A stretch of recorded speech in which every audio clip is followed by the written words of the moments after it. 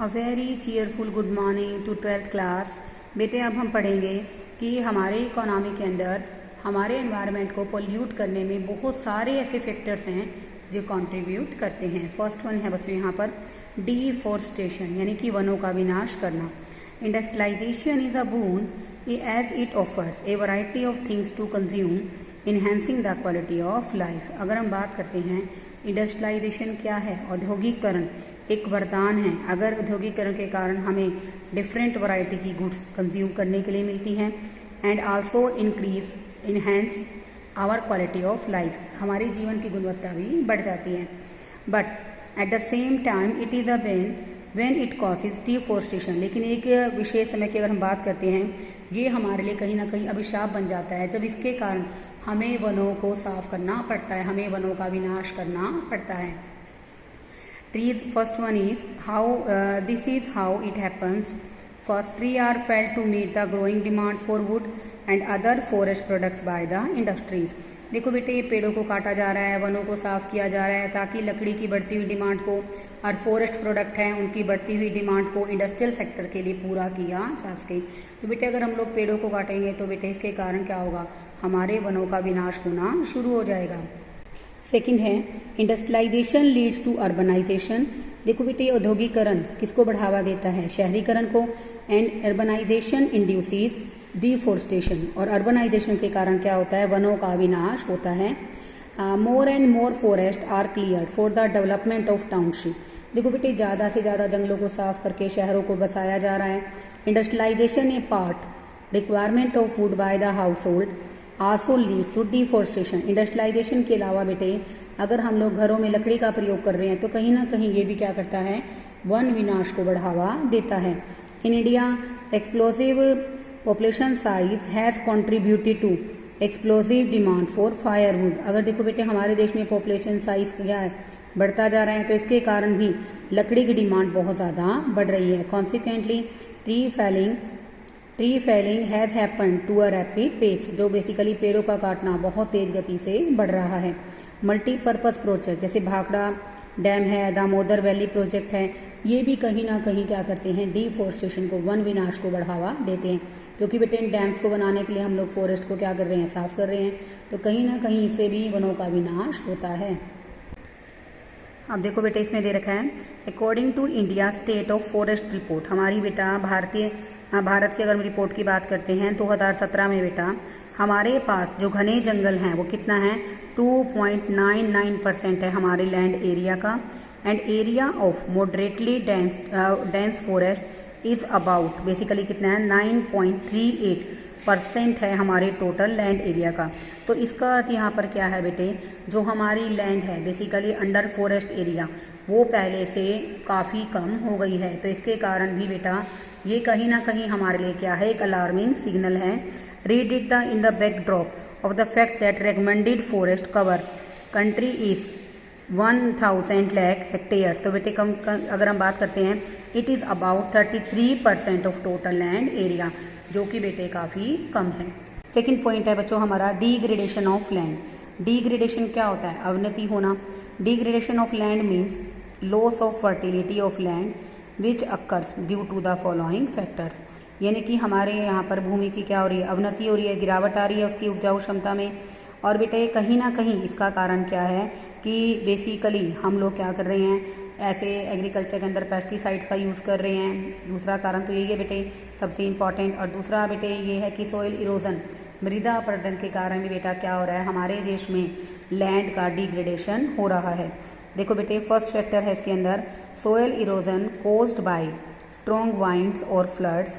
When we talk soil erosion, अगर हम लोग बात, देखो बेटे जो बेसिकली तेज हवाएं आती हैं, जो फ्लड आता है, बाढ़ आती है, वो कहीं ना कहीं मिट्टी की ऊपरी सतह को अपने साथ उड़ाकर बहा कर ले जाती हैं, जिसके कारण बेटे क्या होता है, मृदा का अपरदन होता है।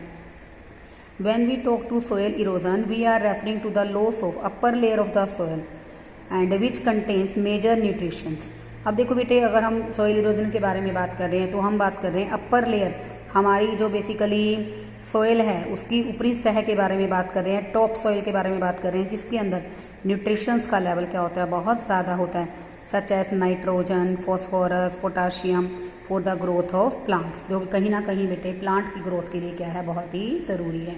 तो बेटे सोयल इरोजन भी एक महत्वपूर्ण कारण है जिसके कारण लैंड का डिग्रेडेशन होता है।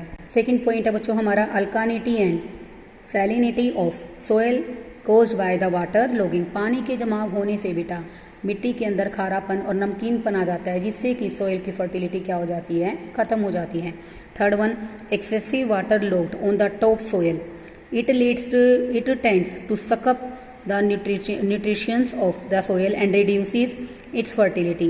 देखो बेटे अगर भूमि की ऊपरी सतह पर क्या होता है, ज़्यादा से ज़्यादा पानी का जमाव होता है तो इसके कारण बेसिकली क्या होता है, जो भूमि के न्यूट्रिशंस पावर है वो क्या हो जाती है, सोख ली जाती है, ठीक है ना। और नो डाउट इसके कारण उसकी फर्टिलिटी क्या हो जाती है, कम हो जाती है। In India 50% of the total landed area is expose to degradation of one type और द अदर। देखो बेटे अगर हम इंडिया की रेफरेंस में बात करते हैं तो 50% ऑफ टोटल लैंडेड एरिया जो है कहीं ना कहीं वो क्या है, डिग्रेडेशन का कारण बनता है। Some urgent steps relating to soil conservation is the need for the hour. अगर हम बेटा हम चाहते हैं कि हमारी जो मृदा है उसको संरक्षित किया जा सके तो हमें कहीं ना कहीं बड़े ही महत्वपूर्ण कदम उठाने की जरूरत है। स्टूडेंट अब हम नेक्स्ट टॉपिक पढ़ेंगे, कॉजेज ऑफ एनवायरमेंटल डिग्रेडेशन। पर्यावरण अवनति के क्या कारण हैं। फर्स्ट है बच्चों यहाँ पर पॉपुलेशन एक्सप्लोजन यानी कि जनसंख्या विस्फोट। अब देखो बेटे one of the main causes of the environmental degradation is population explosion.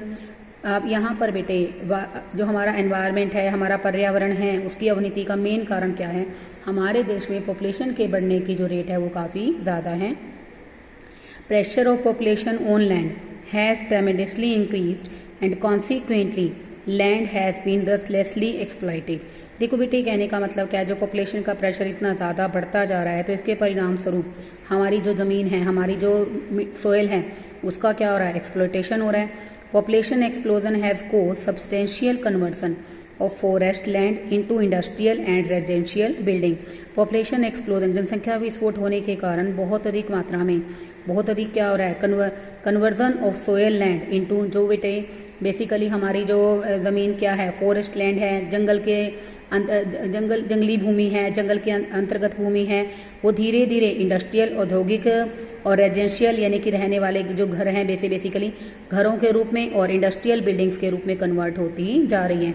तो इसके कारण भी कहीं ना कहीं हमारे देश में एनवायरनमेंट क्या होता है, डिग्रेड होता है। Second one is wide spread poverty यानी कि व्यापक निर्धनता। आप सबको पता है बेटे वर्ल्ड के 50% जो पुअर पीपल हैं कहाँ से बिलोंग करते हैं, कहीं ना कहीं इंडिया से बिलोंग करते हैं। तो देखो बेटे a large section of Indian population is absolutely poor. बेटे एक बहुत बड़ी संख्या में भारतीय क्या हैं, पुअर हैं। These people cut trees as fuel food wood and which they sell to earn their livelihood. देखो बेटे तो इसलिए वो क्या करते हैं, अपने जीवन का गुजारा करने के लिए, अपनी आजीविका कमाने के लिए पेड़ों को काटते हैं और अपनी आजीविका कमाते हैं। इसके कारण भी कहीं ना कहीं नेचुरल कैपिटल का एक्सप्लॉयटेशन होता है, हमारी प्राकृतिक पूंजी का क्षय होता है, उसका कहीं ना कहीं प्राकृतिक जो हमारी नेचुरल कैपिटल है, जो प्राकृतिक पूंजी है, उसका शोषण होता है। Third one increasing urbanisation. Urbanisation क्या होता है, शहरीकरण। देखो बेटे शहरीकरण के कारण भी क्या हो रहा है, नो डाउट बेटे हमारी जितनी भी सिविक अमेनिटीज़ हैं, सिविक अमेनिटीज़ का मतलब क्या है कि बेसिकली जितनी भी सुख सुविधाएं हैं उन पर भी पॉपुलेशन के बढ़ने के कारण बहुत ज़्यादा प्रेशर बढ़ गया है। अब देखो increasing urbanisation has caused pressure on housing and other civic amenities.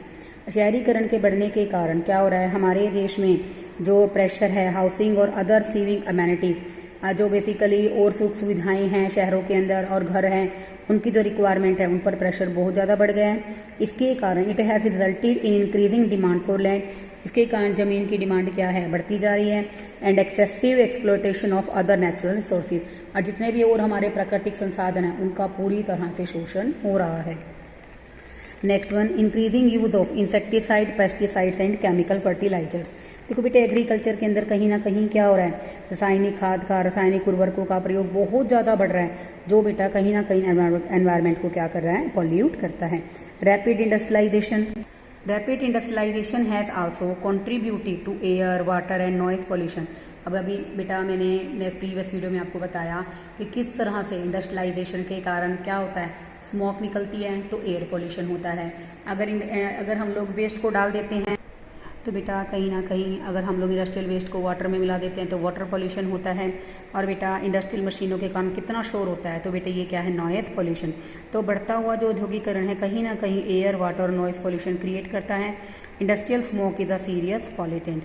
देखो बेटे जो इंडस्ट्रियल धुआं निकलता है वो कहीं ना कहीं क्या है, बहुत ही खतरनाक प्रदूषक तत्व है जो हमारे एनवायरनमेंट को पोल्यूट करता है। नेक्स्ट वन है 6 पॉइंट बेटा, मल्टीप्लिसिटी ऑफ ट्रांसपोर्ट व्हीकल्स।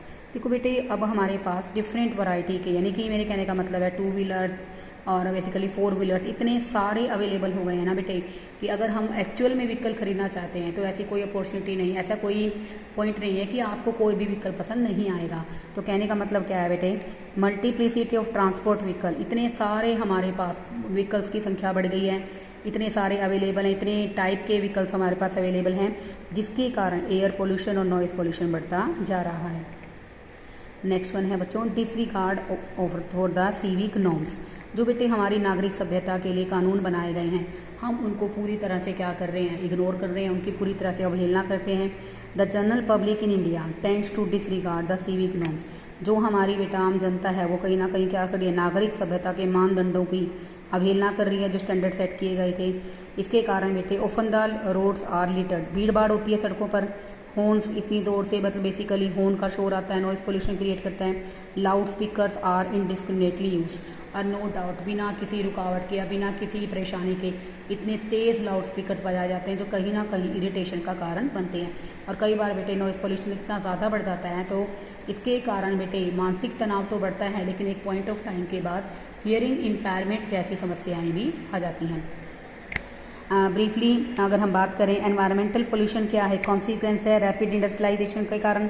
और इंडस्ट्रियलाइजेशन कहीं ना कहीं क्या करता है, हमारे नागरिक मानदंडों की अवहेलना करता है। It is culminating into global crisis, धीरे धीरे बेटा क्या बन जाएगा, एक वैश्विक संकट बन जाएगा। And the needs urgent redressal at the national and international league. तो ये बेटा इंटरनेशनल लेवल, तो इसके लिए हमें क्या ज़रूरत है बेटे, इस वैश्विक संकट से निपटने के लिए हमें बहुत अर्जेंटली मैंने बहुत तेज़ी से क्या करना चाहिए, नेशनल और इंटरनेशनल लेवल पर इसको ख़त्म करने की कोशिश करनी चाहिए। क्योंकि बेटे अगर पोल्यूशन बहुत ज़्यादा बढ़ जाएगा तो क्वालिटी ऑफ लाइफ तो कम होगी ही, लेकिन हमारे जितने भी नेचुरल रिसोर्सेज हैं वो भी इकोनॉमी से ख़त्म हो जाएंगे। बेटे आपको बेसिकली ब्लू बॉक्स के अंदर दे रखा अच्छा क्वेश्चन है, ग्लोबल वार्मिंग क्या है। It is a situation referring to gradual but consistent increase in global temperature. देखो बेटे धीरे धीरे क्या हो रहा है, हमारा जो वैश्विक टेम्परेचर है, तापमान है, वो बढ़ता जा रहा है। ये किसके कारण है बच्चे, पोल्यूशन के कारण है, डिफॉरेस्टेशन के कारण है, वन विनाश के कारण है, owing to emission of green house gases, इसमें कार्बन डाइऑक्साइड पर्टिकुलर है। अर्थ का जो बेटे सरफेस है पहले से क्या हो गया, वार्मर हो गया है, जिसके कारण बेटे हर साल बेसिकली बात करते हैं ना 5 सेंचुरी से हमारा जो टेम्परेचर है वो लगभग कितना बढ़ गया है, 0.6 डिग्री सेल्सियस बढ़ गया है। वार्मिंग टेम्परेचर कहीं ना कहीं इसके कारण क्या हो रहा है बेटे, जो हमारी पोलर आइस है वो मेल्ट होनी शुरू हो गई है, ठीक है ना, पिघलनी शुरू हो गई है समुद्रों में के अंदर। ऐसे कारण बेटे हमारा सी लेवल काफ़ी बढ़ गया है। ऐसे कारण बेटे इकोलॉजिकल एनवायरनमेंट भी क्या हो रहा है, उसका भी बैलेंस क्या हो गया, डिस्टर्ब हो गया है। और नो डाउट बेटे इसके कारण अगर सी लेवल बढ़ जाएगा तो नेचुरल क्लाइमेटीज यानी कि फ्लड के आने की पॉसिबिलिटी भी क्या हो जाएगी, बढ़ जाएगी। अल्टीमेटली ये कहीं ना कहीं ह्यूमन लाइफ के लिए क्या है, बहुत बड़ा खतरा है। तो बेटे the poor countries are to be the first and worst suffer. तो बेटे जो पुअर देश हैं बेटा, जो निर्धन देश हैं, वो कहीं ना कहीं बेसिकली अगर हम बात करते हैं सबसे पहले और सबसे बुरा उनके साथ होगा, क्योंकि उन्हीं को सबसे ज़्यादा सहन करना पड़ेगा। अब देखो बेटे आप सबको पता है कि ग्लोबल वार्मिंग एट प्रेजेंट भी आप लोग महसूस कर रहे हैं हमारे एनवायरनमेंट के अंदर बेटे। बेसिकली जो ठंडक होती थी, यानी कि मेरे कहने का मतलब ये है बेटे कि एनवायरनमेंट का टेम्परेचर इतना ज़्यादा बढ़ जाता है ना, गर्मियों में ही बढ़ता है, और उसके बावजूद भी टेम्परेचर का बढ़ने का मेन कारण क्या है कि हमारी इकोनॉमी में टेम्परेचर बढ़ता जा रहा है। हम लोग एसी, फ्रिज जैसे कूल सब्सटेंसेस का यूज़ करते हैं। कूलिंग सब्सटेंसेस का यूज़ करने का बेटे कारण क्या है कि हमारी इकोनॉमी में टेम्परेचर बहुत ज़्यादा बढ़ गया। टेम्परेचर के बढ़ने के कारण क्या हो रहा है कि जो बर्फ़ है वो पिघलना शुरू हो गई है, सी लेवल बढ़ गया है, और जिसके कारण नेचुरल क्लाइमेट यानी कि प्राकृतिक बाधाएं पैदा होनी शुरू हो जाएगी, जैसे फ्लड हो गया, ठीक है। सेकेंड पॉइंट है बच्चों ओजोन डिप्लेशन। देखो बेटे this refers to reduction in ozone protective layer है बेटे हमारे एनवायरनमेंट के आसपास, एक सुरक्षित परत बनी हुई है हमारे लिए, इसको हम लोग क्या कहते हैं, ओजोन कहते हैं। This occurs owing to excessive use of cooling substances in air conditioners and refrigerators. बेटे ये किसके कारण हो रहा है बेटे, डिप्लेशन, इसी के कारण तो हो रहा है। हम लोग एसी का यूज़ कर रहे हैं, फ्रिज का यूज़ कर रहे हैं, जिसके कारण हमारी ओजोन लेयर पर क्या पड़ता है, नेगेटिव इफेक्ट पड़ता है। एज ओजोन डिप्लेट, अगर ओजोन डिप्लेट हो जाएगी तो बेटा there is a greater ultraviolet radiation reaching the earth which is danger to the living organism. तो बेटे इसके कारण क्या होगा, जो अल्ट्रा वायलेट तरंगे हैं वो निकलनी शुरू हो जाएंगी, पृथ्वी तक पहुंचेगी और हमारी ह्यूमन बींग के लिए एक तरह से क्या कर देगी, खतरा पैदा कर देगी। In the recent past nearly 5% of depletion of ozone layer has been recorded which is an issue of global concern। इसका कहने का मतलब क्या है कि कुछ समय पहले की बात करते हैं तो 5% तक हमारी ओजोन लेयर क्या हो गई है, डिप्लेशन हो गई है, ख़त्म हो गई है। तो इसके बेटे हमारे एनवायरनमेंट पर बहुत बुरा प्रभाव पड़ता है। तो बेटे नो डाउट हमें ऐसी कोशिश करनी चाहिए कि हम लोग ऐसे बेसिकली इक्विपमेंट्स का कम यूज़ करें, जैसे एसी है इसका यूज़ कम करें, जिसके कारण हमारी प्रोटेक्टिव लेयर को प्रोटेक्ट किया जा सके। बेटे बहुत ही ईजी टॉपिक चल रहा है, मुझे लग रहा है जो बच्चे रेगुलर पढ़ते हैं उनको कोई दिक्कत भी नहीं आ रही होगी। Okay, thank you students.